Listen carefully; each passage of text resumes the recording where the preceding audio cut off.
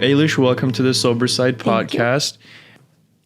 Tell us who you are, how old you are, where you're from, how much time sober you have, and what was your drug of choice. Perfect. My name is Alish. My sobriety date is 8/18/18, and my drug of choice is alcohol primarily. Yeah. Is there another? I feel like I'm missing something. And how old are you? Where are you from? I'm 40 years old, and I was born and raised in Calabasas, California. So local to the Southern California Local area. to the valley-ish. Valley close. Yeah, close to the valley. So what are you doing now? You have a very interesting job, so tell us more about that. So my mom and my dad, my mom has since passed, but my dad started doing miniatures in the 70s and 80s. And so from there, he started doing more niche things like space-related stuff and got into doing full-size sets. And I think one of the big jobs back then that kind of sparked them doing that stuff was Space Camp. So it's like the original Space Camp in the 80s. And so from there, they did like Apollo 13. So all NASA aviation-related sets, props, costumes. And I do the boring bits. I do the paperwork. And my husband and my brother build. My dad owns and runs the company. And we have other people that build stuff too. Oh, wow. So it's pretty cool. Can you mention some like movies that you guys done recently? Is that allowed? Recently? Oh, goodness. Recently, like, did you guys do anything Interstellar related? Like for Interstellar? So I know that one of our spacesuits was used for the post-promotional release posters for the Martian. Oh, wow. We did when Wallowitz goes up in space in the International Space Station. That's our space station. Oh, nice. We did a Capital One commercial recently. I think it was just our spacesuit. Gosh, I'm trying to think. Can't remember what else like our set was in. My husband has a better idea. He handles that portion of it. I can't. So you guys are pretty busy. Pretty busy. Nice. It's feast or famine. So we get really there's either a shit ton of work or absolutely none. And so it's just kind of the nature of the industry itself. Awesome. And so you guys are basically part of like the movie industry. You guys are building props and costumes and things like that for the movie industry. That's very awesome. And do you see a lot of drinking, drug use within that industry? I think it happens, and I hear from other people who are more in like the building or even in like acting and stuff like that. I hear that it happens a lot. We don't actually go to set that often, to be honest. So we are like pack and play. So we pack our stuff up and they go play with it. So we are kind of at arm's length with doing the work. So we don't actually have to go on stage, which is really nice. But as far as I know, I know from what we do, not so much in like what we do, but we're mostly behind the scenes. So. Right. And you guys are more like tight knit and less. Yeah, we're a family-run company. We're a small business that's been in business since, I think our incorporation date was 84, and my dad got started in like 72 or to 78, somewhere in there. So he's hitting 50, and I think our company is at like 40-something. I'm 40, so it's got to be about 40 years old. So, yeah, that's time. Very cool. So growing up in Calabasas, what is the first ever memory that you can think of? Oh, gosh. So we used to go, my mom was born in Ireland, so I'm a first-gen Irish American. And we used to go to Ireland every other year to go visit family. And I very distinctly remember... Dublin? Yeah, we were flying to Dublin. Nice. And it's beautiful there. It's been a long time since I've been there, but it's beautiful. And I remember being 5 years old, and we went during my birthday, so in September sometime. And my mom had the captain announce my birthday, and I was 5 years old. And I remember going in. That's when you could go into like the captain's area. So I got to go into the captain's area without being arrested. Right, exactly, or tackled or something. So I got to go see like the captain or the pilot. Excuse me, not the captain, the pilot. Yeah. And I got the little wings, and I just remember everyone on the plane singing "Happy Birthday" to me and clapping, and that was like the first real visceral memory I have. And this was like in the 80s? This would have been, 5 years. It would have been 1990. 1990. So, yeah, just out of the 80s. Just before, being on an airplane was cool, you can smoke on airplanes and things like that. And you could still, I think everyone's happy and singing. So I remember being in Ireland and my mom could smoke cigarettes in the mall. I remember being in the mall and like in Dublin, and she lit up a cigarette, and I was young, and I remember going, "That's weird. That's so weird," because it's so different from out here. But I think it's changed now. It's been a long time, but it was definitely different. You could smoke in the airport. It was just different all around. It was very weird. So that's the first ever memory that you have, is just, being in the pilot space. Like that young, that I do remember. That's what I remember. I think I'm trying to think like anything else beyond that. I don't really remember like anything as a baby, but. I just like to ask that because it's interesting for me, right? Like, what's the first ever memory that you have? That's like the most strongest memory I can think of. That's the one that always pops out. Yeah. And so how was it like growing up? Kind of paint us a picture of your childhood, what you guys would do, how was it like, and kind of like the family dynamic and things like that. Sure. So it's my mom, my dad, my brother, and me. And my brother's 5 years older than me. Honestly, I had a really good upbringing. It was nice. I'm super close with my dad. I was super close with my mom. We had some like tumultuous times when I was a bitchy teenager, but yeah, we all do. Right. We were really close. We had my mom has 8 brothers and sisters. Oh wow. So we had a lot of cousins, we have a lot of family that came over from Ireland here. And so we would see them a lot of like family Christmases together, family Are they holidays. all in California? No, some are. So my aunt is in Oregon with my cousin and my aunt Nuala, and then I've got some. Most of my aunts and uncles are out here. Actually, I think all the rest of them are out here in California. Oh, wow. Oh, nice. Like in the La Cañada, Flint Ridge area, Monrovia, where else out here? I think maybe in Santa Barbara, or that's my cousins out in Santa Barbara, but a lot of family kind of in the area. That's awesome. That's amazing. But it was I had a really good childhood. My dad apologizes for not being there, but I don't remember him ever not being there. Like he traveled for work and stuff. He'd like go to like Korea or Japan or something for various projects, but like I never felt like he wasn't around or anything like that. So like I had a really solid like beginning bits of my life. Interesting. And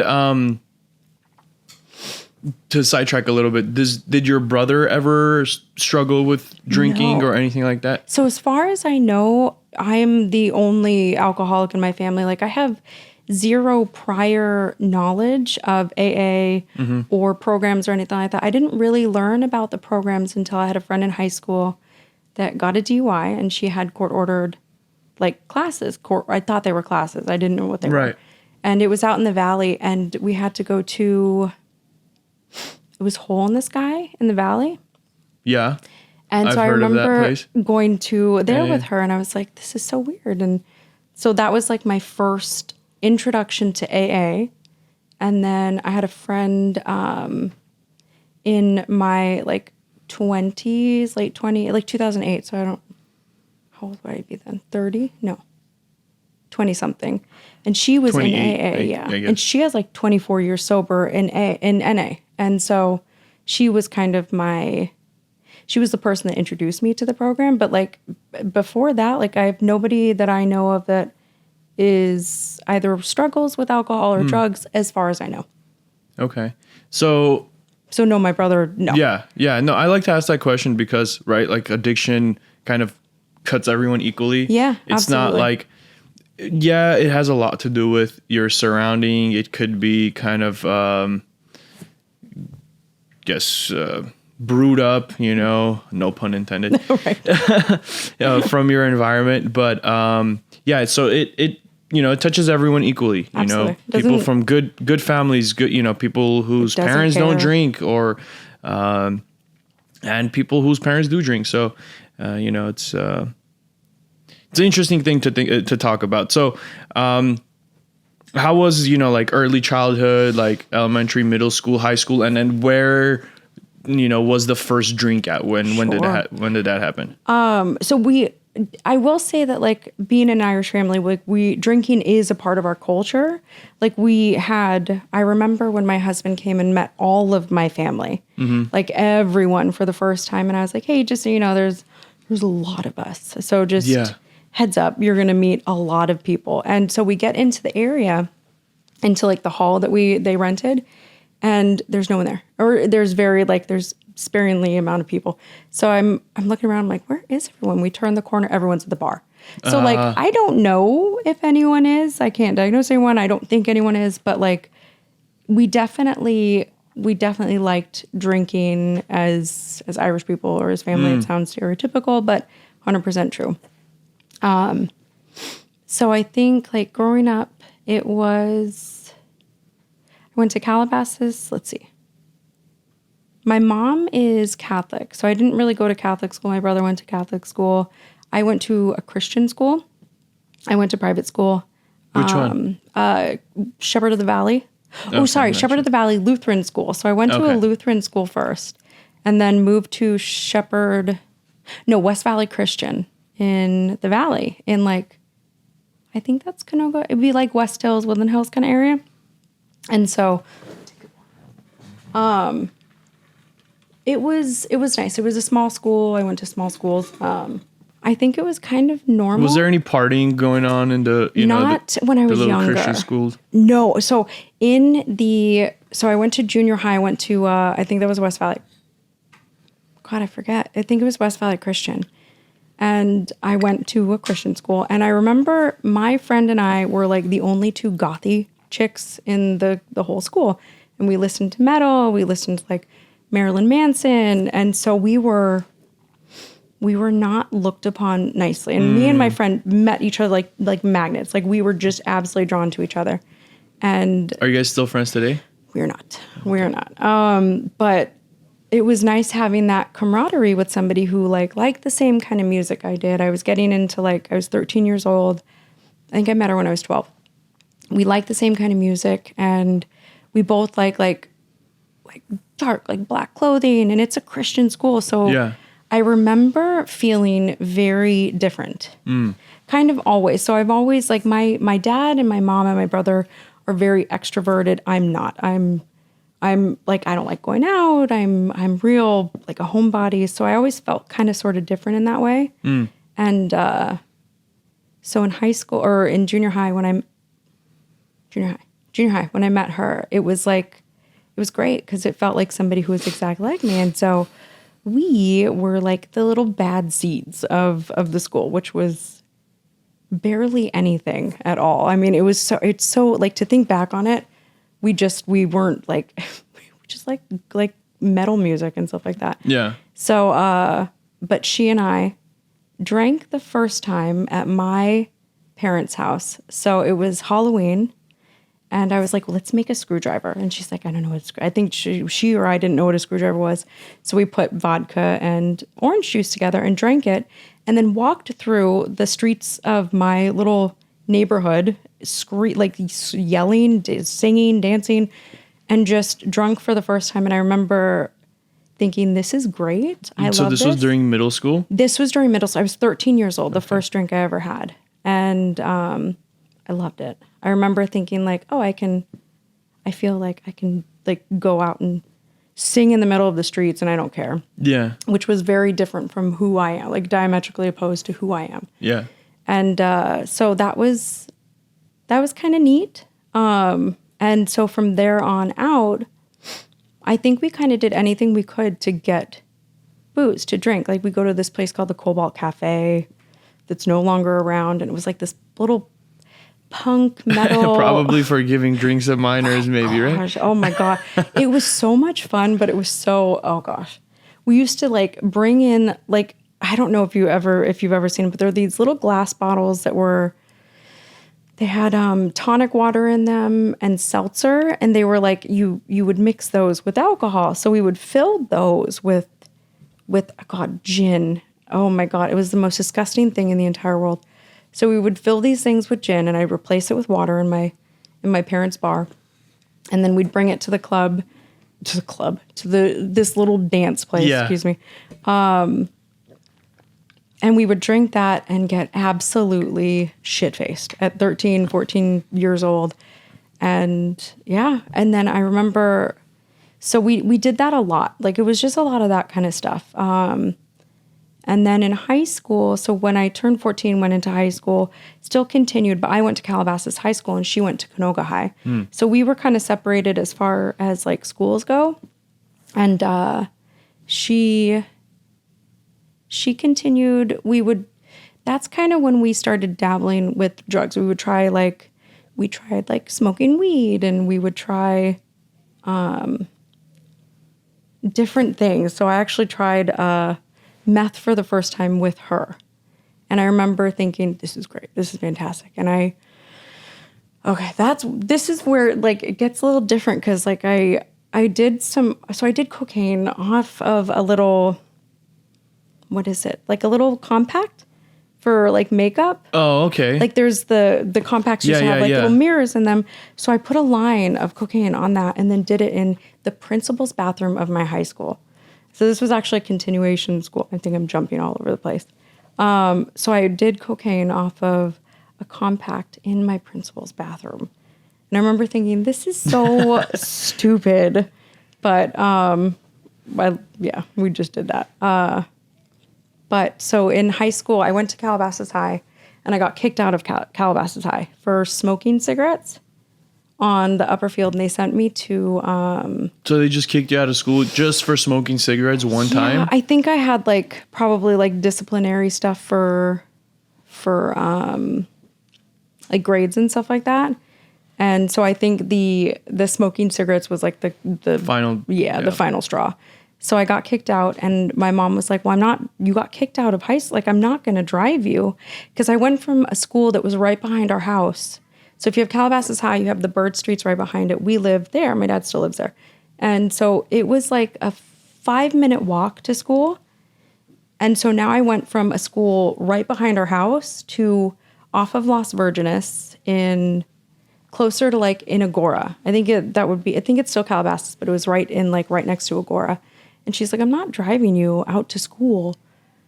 You got kicked out. Like, what? So I would have to walk from our house to the bus stop, and I would take the bus to the exit for my school at Las Virgenes, and then I'd have to walk to school until I got my license. But so that's kind of around that time is when I started really started doing drugs. I started having sex. I started like really kind of getting in with people who were doing all the things that I wanted to try. And I felt better around because I felt connected, I guess. Like I felt a little more accepted, I guess. So at 16 years old, I got sexually assaulted by a fella who I'd met and stupidly had him let him pick me up and told me we were going to a party, ended up driving me up into the hills and then, assaulted me and then took me home. And it was, I think from that point on is when I started drinking and doing anything I could kind of get my hands on. And I remember stealing any kind of pill I could find, it didn't matter. It could have been a magnesium or a Tylenol, but I still took it and put it into like the little Altoid tins and called it what did I call it? My I don't know what the heck it's called, my little stash. Mm-hmm. And I think I even had I found a Viagra. I think I even put that in there. I don't even know. I don't even remember if I took it. Okay. I just remember there was a ton of pills in there and I just kept gathering them for whatever reason. And so it just I think I just did stuff like that to make myself feel better and after the sexual assault, I would drink and feel better. I wouldn't have to think about what happened. I also thought it was my fault. So I held on to a lot of guilt from that. And I didn't tell anyone. I think I told my friend at the time about it, and I mean, nothing really came of it, but I think that's when I started drinking really heavily. And your parents didn't know what was going on during this time? I mean, apart from being like kicked out of school and stuff. I think they had an inclination that I was doing stupid stuff. I never, like, I want to say I never got in trouble. So I want to say I never got in trouble with the law, not because I was like a good person or I did the right things. I didn't. I did stupid shit all the time. I did a lot of stuff that should have gotten me killed. I think I think like my guardian angel was looking over me and I was kept safe for whatever reason. But I remember I threw an empty pack of cigarettes out I was the passenger and I threw it out the window and we got pulled over by the cops and they ticketed me and gave me community service. And I think that's when my mom was like, what are you doing? Like, she was real Catholic. She was really not like, I don't want to say like really strictly religious, but she was like, she just godly woman. Yeah, she expected more of me, and you don't kind of do that stuff like in Ireland. You also don't talk about it. So I think she was like, "What the hell is going on?" And I think that's kind of it. I mean, I got kicked out of Calabasas, so I went to the continuation school. I did okay there. I really liked it because it started at 8 and ended at 12. And then we just drive out to the beach and stuff like that. And yeah, I think I smoked cigarettes in the bathroom there. Oh God, it was awful. Probably everyone did. Yeah, all of us did. It was terrible. Yeah. And so your parents or your mom at the time wasn't taking like any disciplinary action or anything. Like, she was kind of like, you know, kind of knew what was going on, but like didn't want to know, kind of. Kind of, yeah. Like I don't want to say she never buried her head in the sand. Like, I think she was kind of like annoyed of me just kind of dicking around and doing stupid shit all the time, and thought like you could do so much better. Had higher standard. Like, she was definitely stricter with me as a girl than she was with my brother. And like my brother, I love my brother. He's like my best friend. Like for my 16th birthday, he bought us beer because he was 21. That was phenomenal. But disciplinary action, I think like she'd ground me and stuff like that, but it wasn't, I think I was an ornery little shit, to be honest. I was spoiled and I was a shithead. And so I would just, I would manipulate and I would be an asshole, honestly. Yeah. And so, yeah, she definitely tried really, really hard. She got me help. She got me therapy. She was really loving and really caring, but like, I think there was only so much she could do. Right. And so at what point did the drinking become an everyday thing? So I'm going to say it was actually later. So I met my husband when I was 18 years old. We met in October of 2003. And so I just graduated high school. I was just out. And I met him on Yahoo Personals, which does not exist anymore. And it's like Tell us what that is, because I think I'm too young to know what that is. So Yahoo Personals would be like today's eHarmony or Match.com. Are those even a thing? Like Tinder? Like a more involved Tinder. Okay. Like I'd say like a Hinge. Hinge is more like geared towards relationships, I heard. I have no idea. I'm really bad at this. But I'd say it's a dating app. But it was like the early stages of dating app. Like so much so that when people are like, how'd you meet? I'm like, we met at a coffee shop. Yeah. We absolutely did not. He saved me from a fire. Right. 100%. Just anything I could say that wasn't like, I met this dude online, because you only met freaks and weirdos online at that point. So, and I was a freak stigma was probably. It was huge. It was such a bad stigma. And to be honest, I was a freak and weirdo. I was just, so I met him. And at that point I was dabbling here and there with drugs. Like I tried, I think it was called black tar. Oh, it was black tar at that time. And I don't actually really know what that is. I just know that I did it. And I had a lot of friends that got into that really, really hard. And I'm really lucky. I hated it. I didn't like it. And I never touched it again. I tried speed. that was fun. I tried cocaine. That was fun. Nothing ever really stuck, and I'm lucky because I had a boyfriend in high school that was drug dealing in the Valley. And he was dealing meth. And so like, I didn't try it at that point. So I'm really glad that how it worked out was I tried it after I was seeing him, because I'm pretty sure had I had extra access to it, I probably would have continued doing it all the time, because I'm an alcoholic. Like if something's fun and nice, I will try and do it all the time. Like I want more of it all. So anyway, so when I met him, I wasn't drinking. I don't think I was drinking too. So I want to say like my drinking wasn't that bad, and I was just drinking socially. But like when you drink socially every single day, it's not social anymore.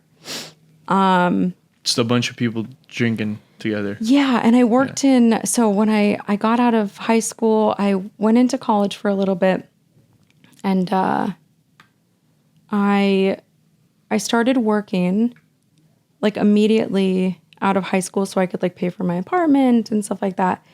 And I remember like, so my husband was 23 when I met him, so he could buy booze, but me at 18, 19 years old, I couldn't. I also lied to him and told him I was 19 years old. I was not 19 years old when I met him. I don't know why I thought a year was like a big significant thing. It was not. Yeah. But so he would buy me booze, but like it was what I would consider the invisible line was there. Do you know what I mean? Like I hadn't gone to a point where I remember not thinking like, I don't think I have a problem. Like not like there's a difference between like, do I have a problem? I don't ever remember thinking this is a problem. And I'd say, well, so when I was living at that apartment, that friend and I did cocaine on a balcony, and I was dating my husband and he was my boyfriend then, but I was dating him, and I told him about it, and I was like, haha, I did cocaine on the balcony. He was like, you did what now? And I was like, I did cocaine on the balcony. And he's like, that's awful. Don't ever do that. Why are you doing that?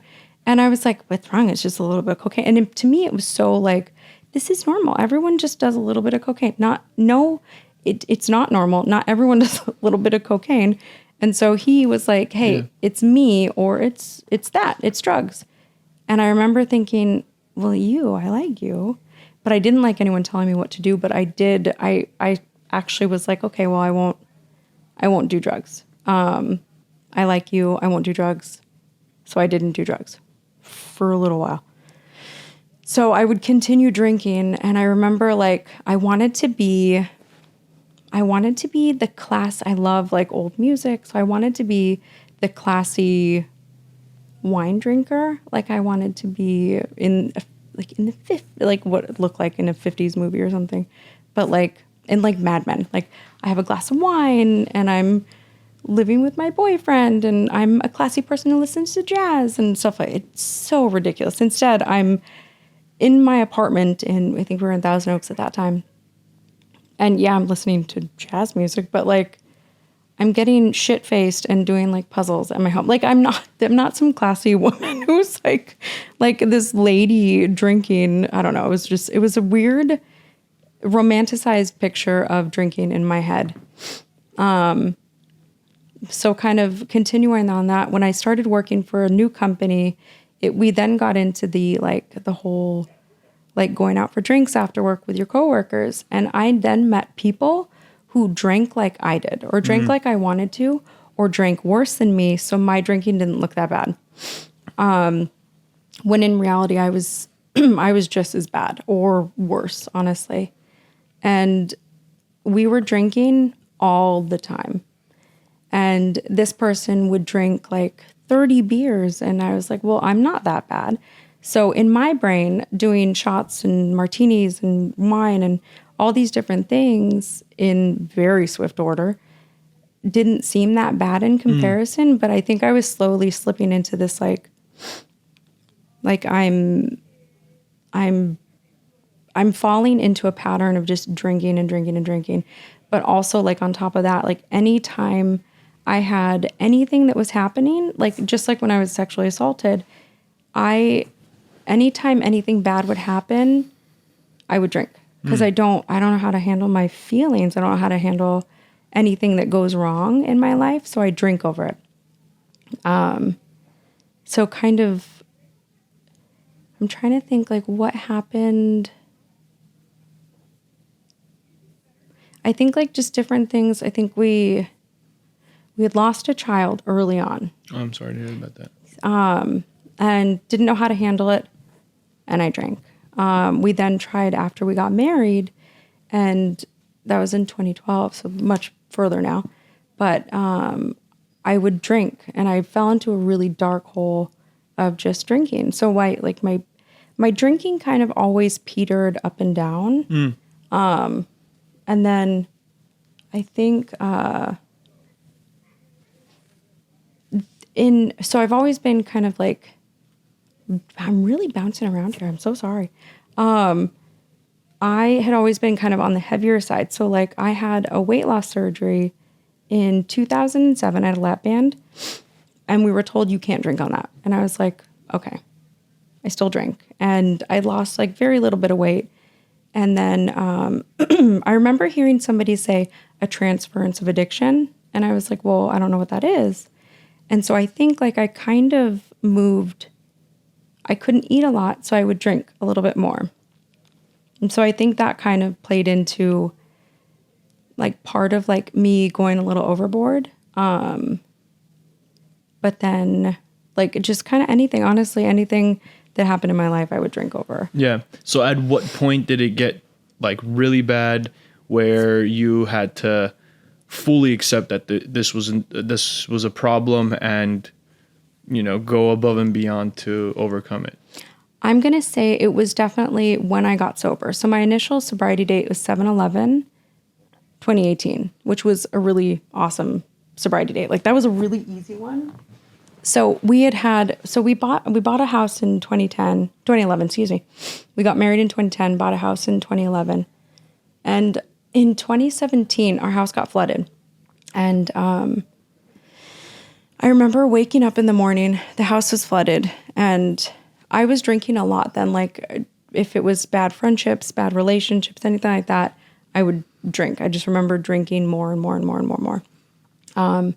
It didn't kind of come to a head for me when until our house flooded.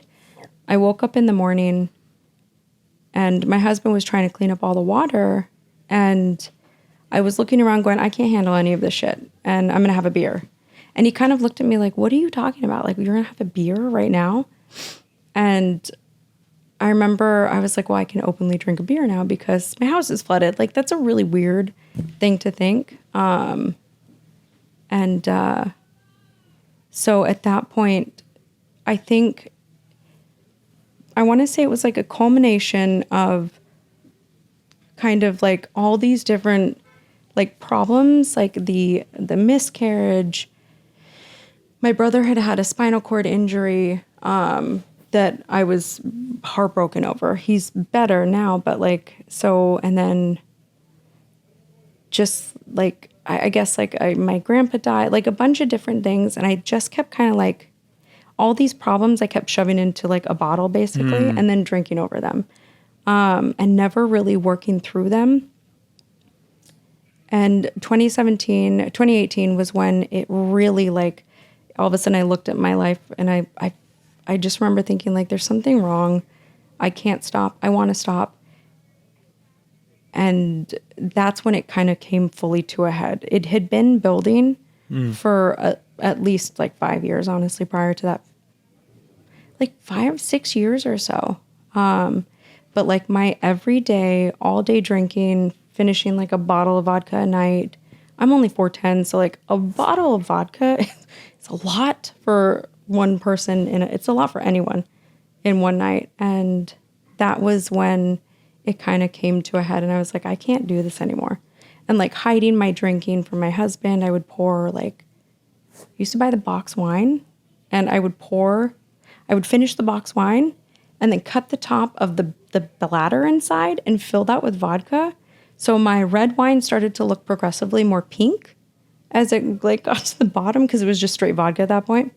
So I think 2018 leading up to that was like when it really came to like a really bad head. And I was just, most mornings I didn't want to wake up.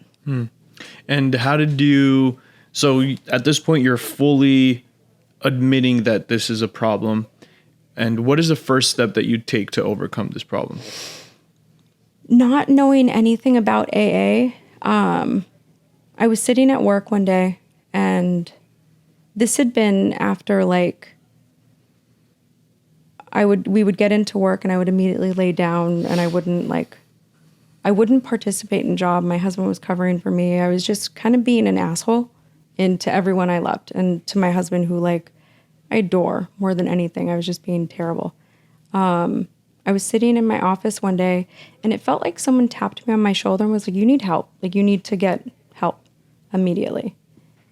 And like, it felt like something told me, go to AA. But it wasn't, was it a person, or was it kind of like it was like a voice in my head. Like kind of like a supernatural encounter. The only thing I can equate it to now was that was my higher power. And like, I struggle with the idea of God in like, not in the program anymore, but like I struggle with it growing up Catholic and stuff like that. Like I have an understanding, but I do struggle with it. But if I had to equate it to something, it was my higher power saying like, you need to get help. And so I looked up AA meetings right then and there. And AA meetings near me? Near me, 100%. And it brought me to the Ventura County AA website. And because of the flood, my husband and I were staying in a hotel down the road. And I remember, so we're now in like this, we're in one room. So we're not in the house where we have multiple rooms where I can hide. We're in one room, and I can't hide my drinking. And I think I was so stressed out from not being able to drink the way I wanted to. But also like so sick of waking up honestly, I was so sick of waking up every single day, period. I didn't want to kill myself because I didn't want to hurt the people I love, but I didn't want to be here anymore. I was in so much pain, and I couldn't stop drinking. I don't know.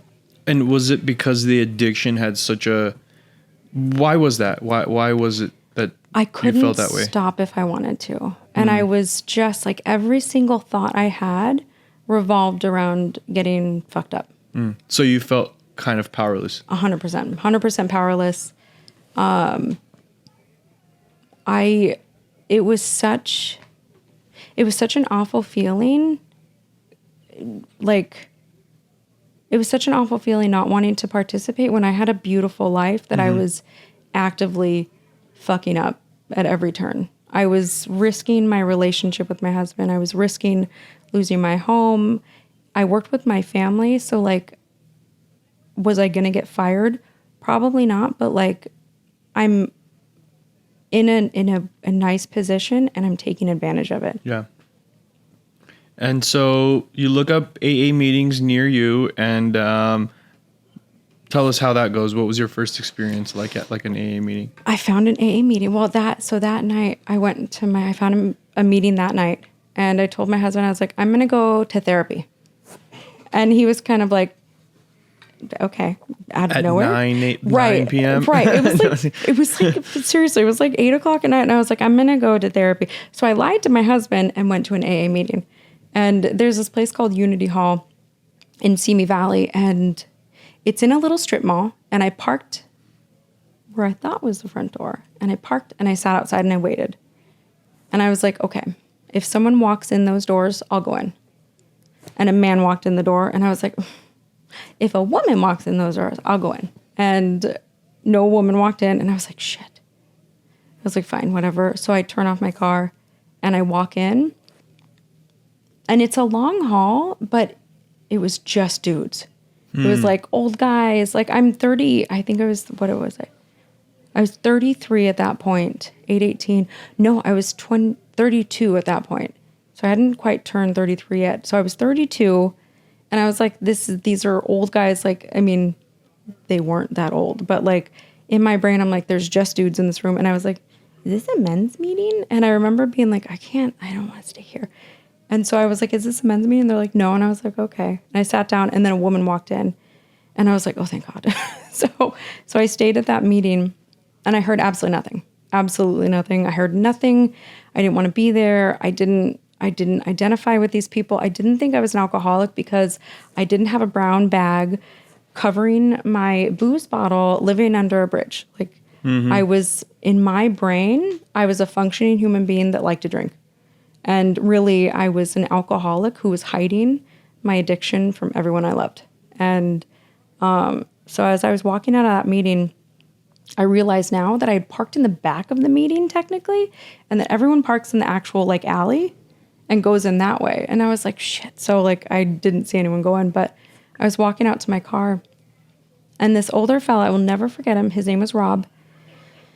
And he asked me, he's like, you're going to come back, right? And I was like, maybe. And he was like, whatever you do, just keep coming back. And he's like, you came here on a court card? And I said, no. He's like, you came here on your own? And I was like, yeah, kind of. And it wasn't me like, I want to get sober. I did not want to get sober. I did not want to stop drinking. But every fiber of my being was itching to stop, was dying to stop. And so he's like, whatever it is, like, just keep coming back. And I remember that. And I remember the warm feeling of like you can come back here. It felt comfortable. So I was like, okay. And then I didn't go back at all. But I went back to our hotel room that night. I went back to my hotel room with my husband that night. And I walked in and I was like, I think I have a problem. I think I'm an alcoholic. And he had an inkling. He had started noticing, like, obviously my drinking picking up, and like I would go to bed after him. We were buying booze a lot more, but you know, I was hiding. I was lying to him. I was lying to the one person that loved me with absolutely every single flaw that I ever had. And he loved me like, you know, the same as when we met when I was 18 to that point.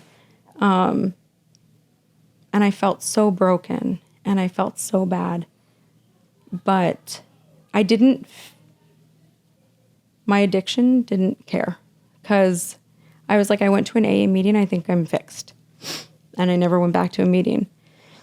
So this is where it gets really weird, is I did not think that I had a problem. I thought that, like, I went to a meeting, I'm good. I'm fine.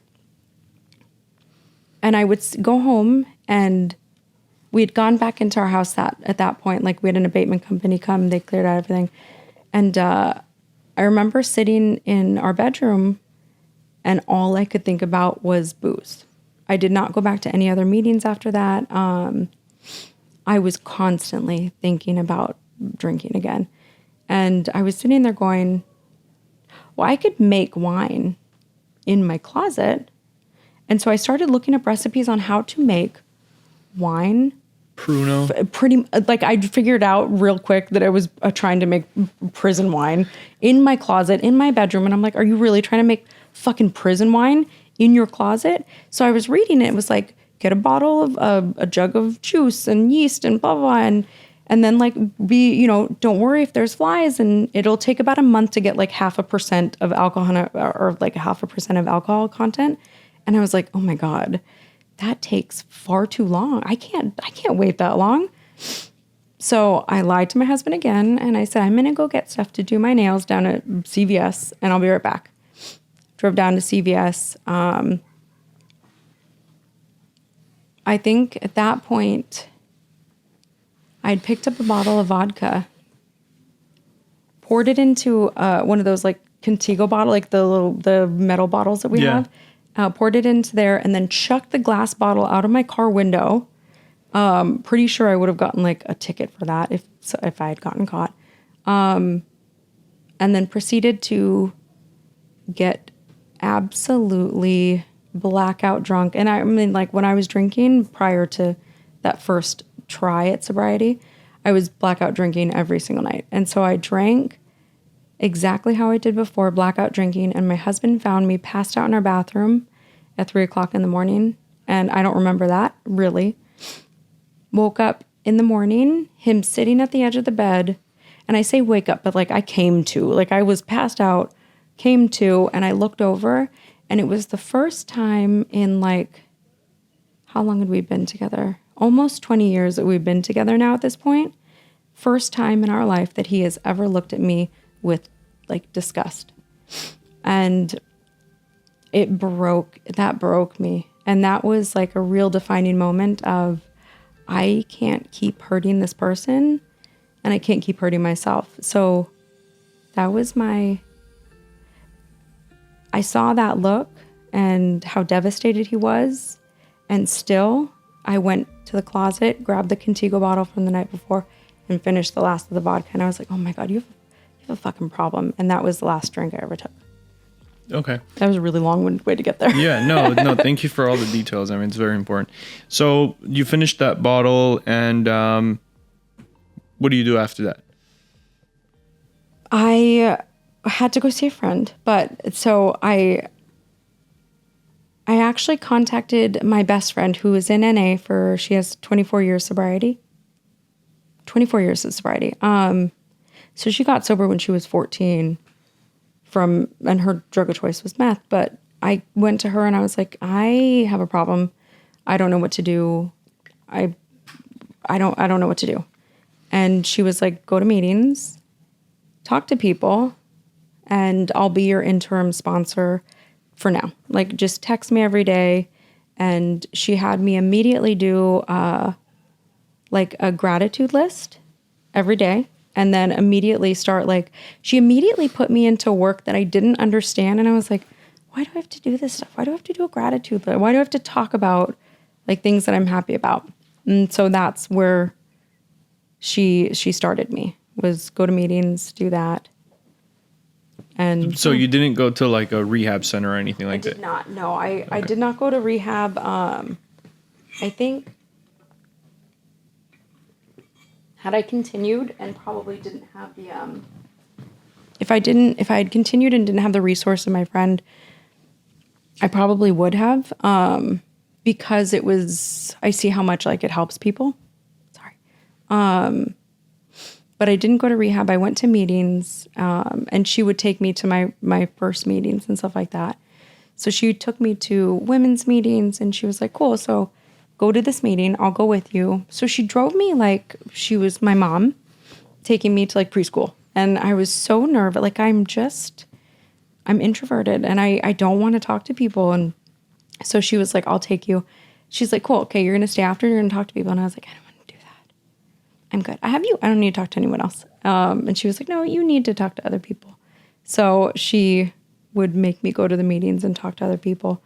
And that's kind of when it started coming together for actually going into sobriety. Awesome. And sober ever since? Sober, that is my last sober date. So I didn't have a very long relapse between 7-11 and 8-18. But it was so hard. Those days in between were so hard. I really understand the white knuckling it up until that point. Mm-hmm. And so you go through the steps and it works. 100%. It works. And now you speak at meetings and you do podcasts. This is the first one. First of many, hopefully. But why would you say that a lot of the newcomers are hesitant at first? What's kind of like the biggest pushback that you see from newcomers? My life is over. Like that is the resounding statement I hear from a lot of people is my life is over. I'm never going to have fun again.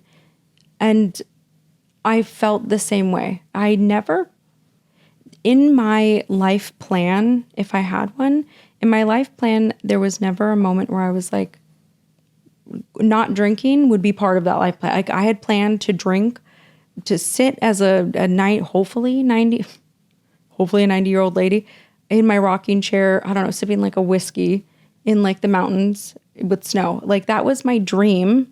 Who dreams of drinking at 90 years old? Anyways, so I would say that like I thought my life was over, and I think that is what I hear a lot, is that my life is over. I'm never gonna have fun again.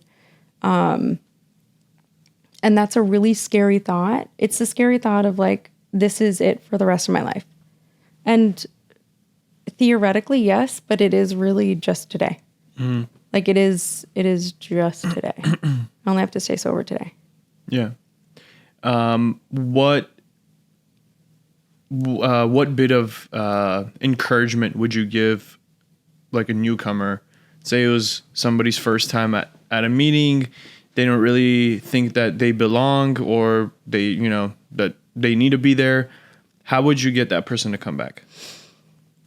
I think so one of the biggest part of, for me, for my story, is that I have a lot of yets. I luckily, and I plan on staying sober for the rest of my life. I didn't get a DUI. I managed to keep my relationship. I managed to keep my house, but I kept all those things because I was an asshole, not because I did good things in my addiction.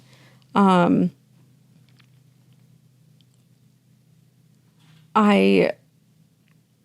encouragement is to like, I really didn't think that I belonged here because I didn't think I was an alcoholic. Mm-hmm. I didn't think I was that bad because I kept those things, because I kept like my life on the outside, I looked like I had things in order. I appeared as though I had things in order, but my entire internal life, I was dying inside. Mm-hmm.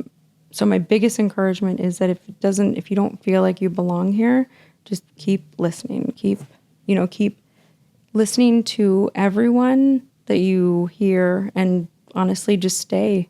Yeah. Because you will. There's a reason why you felt how you did when you initially came in. You'll always find something great in someone to connect with. Yeah, love that. And what was the hardest step for you? Oh gosh, the fourth, strictly because I was lazy. It was a lot of writing, and I didn't want to go through all those things, and like. It was hard because I had to write a lot. And what's the fourth step for those who don't know? The fourth step is where you make a list of everyone that's wronged you or that you've wronged.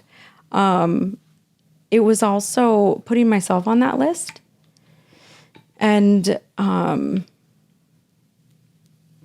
myself on that list and forgiving myself, or like taking the fifth step and stuff like that, to forgive myself for the miscarriage, for like the pain that I hurt other people.